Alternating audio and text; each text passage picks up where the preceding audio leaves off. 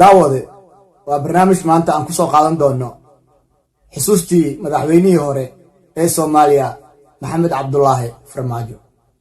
daawade adiga ee daawanaya haddaan su'aal ku weydiiyo kumuu ahaa Maxamed Cabdullaahi Farmaajo, daawade jawaabta waxaa bixin doona dadweynaha, culimada, dhalinyarada, dhammaan su'aashaas ayaan mar walba weydiin doonaa, waxaana laga bixin doonaa jawaab cajiib ah. ila daawo su'aashaan ku weydiiyey oo ahayd kumuu ahaa Maxamed Cabdullaahi Farmaajo. jawaabtuna waxay noqon doontaa sida tan. farmaajo intii madaxweyne ahoo wadanka xil ka qabtay waa qofka qalbigayga u raacsan yahay. arrimaha caam oo Soomaaliya uu sameeyay waxa weeyaan Soomaalidana ka warqabto. annaku haddaynu nahay ahlul qur'aan, haddaynu nahay dadkii quraanka ilaahay u dhawaa oo quraanka akhrina ilaahay quraanka siiyey.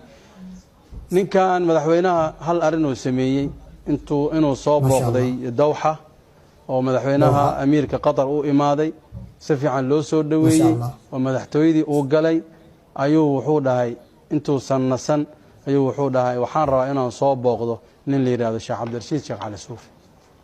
madaxdii ayaa yaabtay oo madaxweynihii Sheekh Cabdirashiid Sheekh Cali Suufi ma yaqaan yaa waa Cabdirashiid Sheekh Cali Suufi.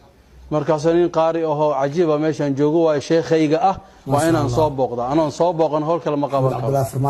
markaas wasiir awqaaf la hadlay, waxaa la hay Sheekh Cabdirashiid Sheekh Cali Suufi la sheegayo soo wado madaxtooyada keen. farmaajo intuu maqlay oo inuu keen la leeyahay, markaas uu dhahay sheekhaasi waa loo tagaa mooyaane iskama imaa meel qof meel la keena ma aha, fadhigiisa lagu booqdaa. waa madaxweynaha tahay asaa iga weyn, waa inaan booqdaa. gaariyaa loo soo qaaday, sheekha guriga majliskiisa masaajidkiisa la qurxiyey, xaflada loo diyaariyey. meel dee waxa weeyaa masaajid awalba iska hilmaansana oo iska ahaa oo dawladii waxay ciriiri bay ku noqotay arrintii, laakiin madaxweynihii wuxuu ku adkaystay inuu soo booqdo ninkan lahayo Sheekh Cabdirashiid Sheekh Cali Suufi oo waalidkayga ah, abaal badan igu leh. maanta sharaftii wanaaga aan ummadda la hor fadhiyana sababtii u horeysay igaarsiye ah. allah yaxfaduhu wa yarcaahu aynama kaan. madaxtooyada meelaha ay madaxdu waxay soo dhaweeyaan madax kale, laakiin ninka kaliya oo madaxweynaha hadda wadanka inta xil qabtay oo soo xasuustay maqaamka culimada Sheekh Cabdirashiid Sheekh Cali Suufi noo karaameeyey. ninka Sheekh Cabdirashiid madaxiisa saartana wixii quraa ah ayuu madaxooda saartay.